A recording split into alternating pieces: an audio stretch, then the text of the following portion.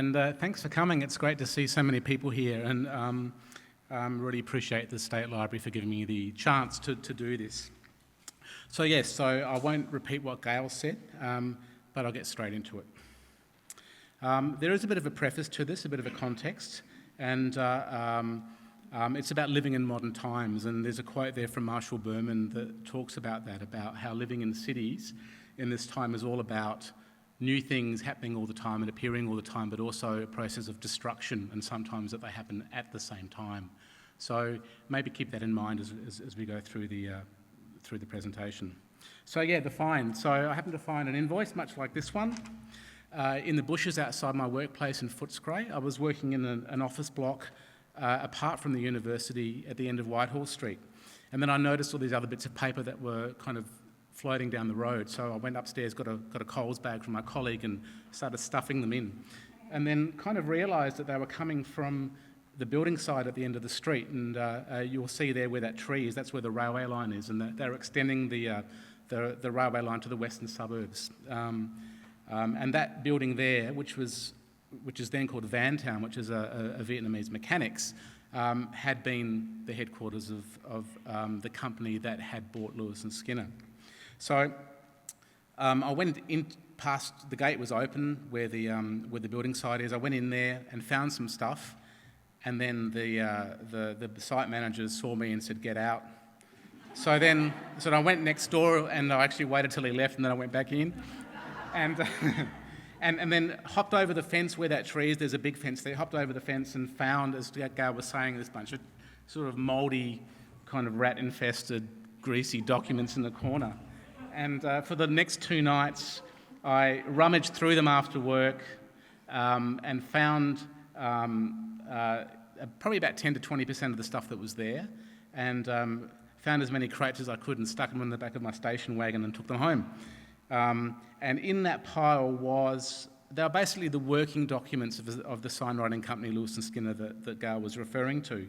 So all the documents that the signwriters would use and the salespeople would use to get a signwriting job done. So none of these were ever intended to be viewed outside that context. And some of them are very beautiful, so like the Cadbury one that's on there and others. So the artistry involved is quite incredible. And you can see it was an opportunity for young people who maybe had artistic inclinations but were from working class backgrounds. That was probably their opportunity to do work that somehow sort of tapped into that artistic ability.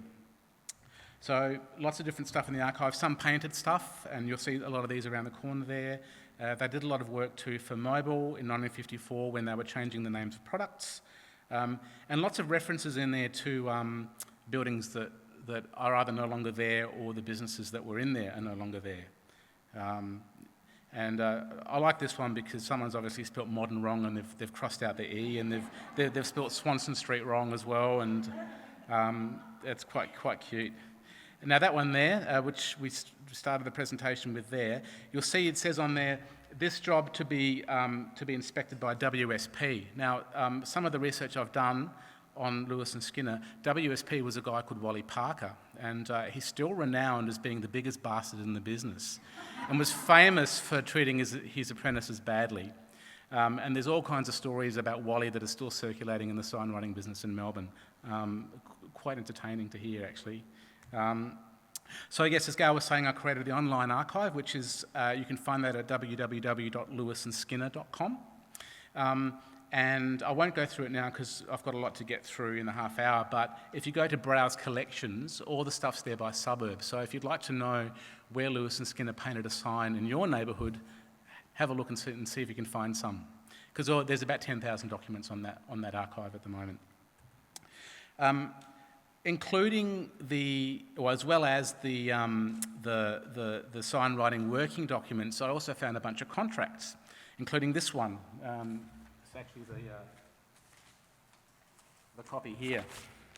And that was actually the contract for the painting of the Royal Visit decorations of Parliament House in 1954, which is quite cute. There's the letter that's sort of for the quote for the job, and it talks about the painting of the front of Parliament House at that time, including the section in the middle there that you can see at the top with the red bit. So it talks all about that. And similarly, a job for the Treasury building as well. So some nice connections with events that were going on at the time. There's also painting of archways in Hoddle Street for the 1956 Olympics and a few other things like that that were, referring to events. Now that one was a job for the painting of the Mitchell's Brushes sign, and I managed to find a picture of that in Prov. So that's the finished result there. And this one got me excited because it's actually on a bit of paper that was folded up, and I opened it up and I thought it was just a sign at a gas station, but then I realised it was a truck. You can see the driver in the left-hand side at the top there. And that was when Mobil changed their name from their gas name from Plume to Mobil Gas. And then when I was looking on the Museum Victoria site, I happened to see a picture of the actual truck itself, which was pretty cute. So yes, as Gail was saying, in 2013 we had an exhibition, it was in Yarraville at a cafe, and it focused largely on the collection, the items from the collection in the western suburbs of Melbourne, in the inner west. And you can see up on the wall there's a map, and there's a copy of that map at the back. You can have a look later. It's got an aerial map of the area and all the jobs that were from that area around that time. I went out and actually, on the left-hand side, you can see some postcards that we produced, and this was a project done in collaboration with my colleague, Dr. Lisa Chianci from Victoria Uni. He was an amazing help in that project and just did such a brilliant job. But we actually produced postcards, and I went on my bike, found those locations and dropped in little postcards to the people where the sign was painted, as well as a copy of the job sheet for that job. And some people from those former businesses and things did come to the exhibition. We ended up with about 200 and something people come over the 5 days. It was amazing success, and part of it involved the painting of the mural of the Lewis and Skinner logo on the side of the building that we did over 5 days. And the guy who did that is a guy called Tony Mead, who's an amazing signwriting artisan, I guess you'd call him, and signwriting historian who runs a business in Spotswood, and does both hand-painted work and digital work. So there's lots of references there to Rover Tea and the kinds of things that were painted. This one's an interesting one. It actually has a report saying, if you look on the right-hand side, a Lipton shop, Bullock store, is a few yards away. And another shop reads Bushels or Roba, and it gives you a little hint about the tea wars that were going on at the time, because people in Australia drank more tea than almost anyone in the world. It was a huge industry, much bigger than it is today, before coffee really took off. So there was a lot of competition on in those days, and you'll notice that in the signs that are painted around Melbourne. I started to notice Rover signs after seeing the stuff in the archive, and this is one in Raynard Street in Coburg, opposite where my daughters went to school. And I started seeing them locally as well. And then I started noticing Rover Tea signs everywhere. So it became like a treasure hunt around Melbourne, where you can find little bits of Rover signs everywhere you look. So I'll just go through these really quickly. Some of them happen with uncoverings when a building is knocked down and a sign is revealed. That one's in Footscray. Now this is in Brunswick. There's actually a huge Rover painted on the roof of this shed as well, just near Melville Road if you're down that way. So you start to see them everywhere. This was the other day when I was in Hampton, and I happened to be walking down the street and sitting down, and I noticed something on the wall and realised that was the R and the O of an old Rover sign there. So it's a fun activity to take part in if you're that way inclined. A couple of years ago, there was I heard about an uncovering. This is what the ghosts some people call them, a reveal or an uncovering in Surrey Hills. And I went down there, and the very genteel burghers of Surrey Hills had this madman who had climbed over a fence and was hopping up and down in excitement in this empty building lot, because not only did I, find these really good condition signs there, it was also signed Lewis and Skinner. So that was the first physical connection that I found to the company whose records I'd found. And I think it's possible that I might have the signwriting job for that in the records. It looks like that might be the one there. So also on Raynard Street in Coburg, I started to become really aware of other signs as well as the Roba signs. And this is a favourite one that was in the shop opposite my kids' school. Obviously, it was the tuck shop where the kids would go and buy their lollies and people would get their milk. And you can see that there are, generations of signs painted on top of each other there. And a bit of a local landmark. Now, a couple of years on, that's what became of it. And so it's happening a lot where the signs are being destroyed because they don't really have any protection because they're affixed to someone's property. And there are a few cases in Australia where they have been protected, but often they're not. So this is happening everywhere. In fact, on Raynouts Street, there was a Lipton tea sign further down the road. Now, you've now got the Rover Tea, Bushells Tea and Lipton Tea all within about 1 kilometre of each other on the same street, and you can see that sort of tea wars going on there as well. But when I drove past a couple of weeks ago, that had also gone. So sometimes you get compensation though, because that Rover sign that I first showed on Raynard Street also went, but something else was revealed in its place. I've actually got a job in the Lewis and Skinner archive for Thompson as well, so there's one for him there. So just a bit of background about the whole interest in ghost signs. People are getting really interested in them as a topic in general in various countries around the world, particularly in countries where there's been a tradition of painted advertising. So countries that were like centres of capitalism, the US, UK, here, some parts of Europe mainly. The guy on the left is a guy called William Stage from America who started to record the signs and he wrote books, mainly sort of illustrated, photo books in the 1980s, and he's gone on since to do more of that. The guy on the right's a guy called Frank Jump, who was a teacher in New York City. He's also become a bit of a sign aficionado and has become quite famous as a result, and he runs tours through New York with them. And he doesn't like calling them ghost signs because he was diagnosed with HIV in the 80s. And he survived, but a lot of his friends didn't. So for him, he calls them fading ads because to him they're symbols of survival against the odds, whereas the term ghost signs for him implies that someone's died or something's died. So he prefers the term fading ads.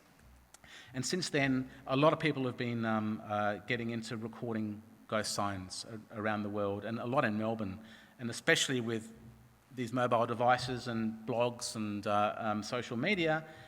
A lot of people are doing it. That's Anthony Malloy's site, the guy who was interviewed in the Channel 10 report, and various other people, including a guy called Sam Roberts, who is sort of one of the world's kind of leading ghost sign guys, who I'm actually doing an academic book with at the moment. And that's from a book called Characters by a guy called Stephen Banham that most of you, or many of you would know, who worked with the State Library to produce a book on Melbourne's iconic signs a couple of years ago.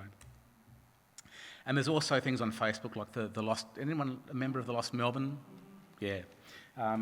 Lost Melbourne's become hugely popular. Started by a guy in the southeastern suburbs, an amateur, and it's become this real hive of activity on Melbourne's past. So a lot of this kind of stuff going on at the moment. And there's also been a real resurgence in interest in things that are handmade and hand-painted. So a movie called Sign Painters and an accompanying book was produced a couple of years ago independently, and it's still doing the rounds around the world. Lots of people are going to see it, and there's now become, as a result of that, a real resurgence in people wanting to learn the art of sign writing again. And there's been the guy in the UK, Sam Roberts, who I've been doing some work with. He's now setting himself up as an agent for sign writers to come around the world and teach their skills. And there was a guy called Mikemaya from America who featured in this film, who's just been out for a tour recently. So there's a lot of this going on at the moment. Getting back to Rover Tea for a bit. Rover were a pretty amazing company, and I'm going to finish this talk by talking a little about the history of Rover Tea and how it relates to the signwriting archive. This is a book in the archive, that's it there, of all the Rover Tea signs painted in 1929 around Melbourne, and there are literally hundreds and hundreds of them. And many of these, I don't know if you can see it up the top there under where it says Brunswick, they're painted signs of teapots. Can you see that there? Now, I haven't been able to find any of those signs remaining around Melbourne except for one in Lygon Street in East Brunswick. So it's kind of near, just down the road from Moreland Road, about a block or two down. So this was painted in 1929 in the middle of a huge marketing campaign that Roba were doing. And Roba did not only sell tea, but they sold things associated with tea as well, including these teapots here. So this is an example of an actual Roba teapot. And you'll see the information sheet about that pot over there if you have a look later. So a little bit about Roba tea. So it started in the 1800s. It was run by a company called James Service, and that's James Service there, the guy who started it. And they were quite well known as being innovative marketers even in the early days. You can see there from 1907, you've got the Roba Queen of Tea there. And their advertising was quite interesting even from the early days. I like the plain speak of this ad. I wish we'd get that today. Try it for yourself in your own teapot, in your own home. That's all we ask. We think you'll like it. And around the First World War, they even tapped into First World War sentiment to sell their products as well. So they were talking about people sending Roba tea to the boys at the front, and they produced Roba Gallipoli maps. In the 20s, they were sold to a company called DJ Fowler from Adelaide, and coincidentally, and this is from the records at the Public Records Office. Coincidentally, I actually found a ghost sign for Fowler in Adelaide when I was there a couple of years ago. And they also had the Tea House in Clarendon Street, which was then known as the Rover Tea House. They didn't build it, they bought it in the 20s as well, but they had their kind of tea house at the bottom there, the actual retail tea house, and they did lots of interesting things there. You can see it in the annual report for Roba from the 70s there, the Roba Tea House is on the left-hand side still there. And particularly in the 20s and 30s, they were everywhere. And they knew, or were aware of their reputation as pioneers even then, and they talked about all the interesting things that they'd done. And this is an article from The Advocate in Burnie from 1934, where they're talking, I'll just read a bit of it out. The Rover Tea Company have made progress even through the Depression, and very extensive alterations were recently carried out, making one of the most up-to-date factories of its kind in the world, etc., etc., etc. Visitors to Melbourne should always avail themselves of the opportunity to visit the Rover Tea Rooms at 123 Swanston Street, Melbourne, to enjoy a cup of refresher tea, and also take the opportunity of inspecting the wide range of exquisite silverware, etc., etc., etc. And also they talked about the kind of catalogues of products that they produced that you would get vouchers for if you bought their tea. And you can see the perfect teapot, one of these, in the ad from the time there, in the tray that the lady's holding. Again, relates to the same time that this sign was painted. So this list of teapots painted around Melbourne relates directly to this very forward-thinking marketing campaign the company was doing, selling teapots as well as tea. So there's a reason for teapots. So these are some of the stunts that Roba used to pull. They had a circus elephant that was actually brought into the tea rooms to have tea with various dignitaries. Yeah, they really went all out. And they kept going for quite a while after the war. Now, there were obviously the war caused shortages of tea. There are some stories around that that when there were tea restrictions or people weren't allowed to buy as much tea as they wanted, the good citizens of Australia got more upset about that than the looming Japanese invasion. And there is a story of a bushels truck, I think, overturning in Melbourne and it causing a major riot when people would just, kind of jump in with hats trying to get tea to take home. So that was really the heyday of the tea industry. And after the war, really with Italian immigration and things kind of died off a bit. But Roba kept going for quite a while. They were ended up being bought out by a number of different companies. That Roba was bought out by an Indian conglomerate called Tata, I think in the 90s.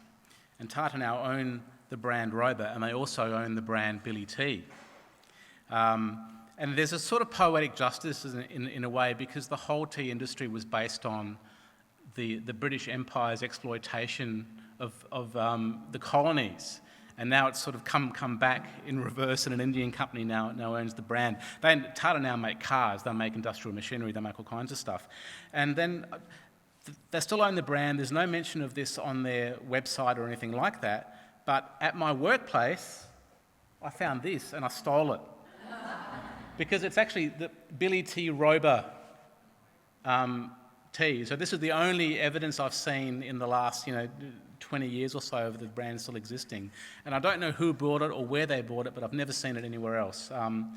But this whole story of Roba really kind of, it's a nice way to link up some of the stories that around the signs of Melbourne with companies, with people's everyday lived experience. So the kind of social history aspects of ghost signs can lead to some very interesting kind of pathways to go down. And that's it from me. Thank you.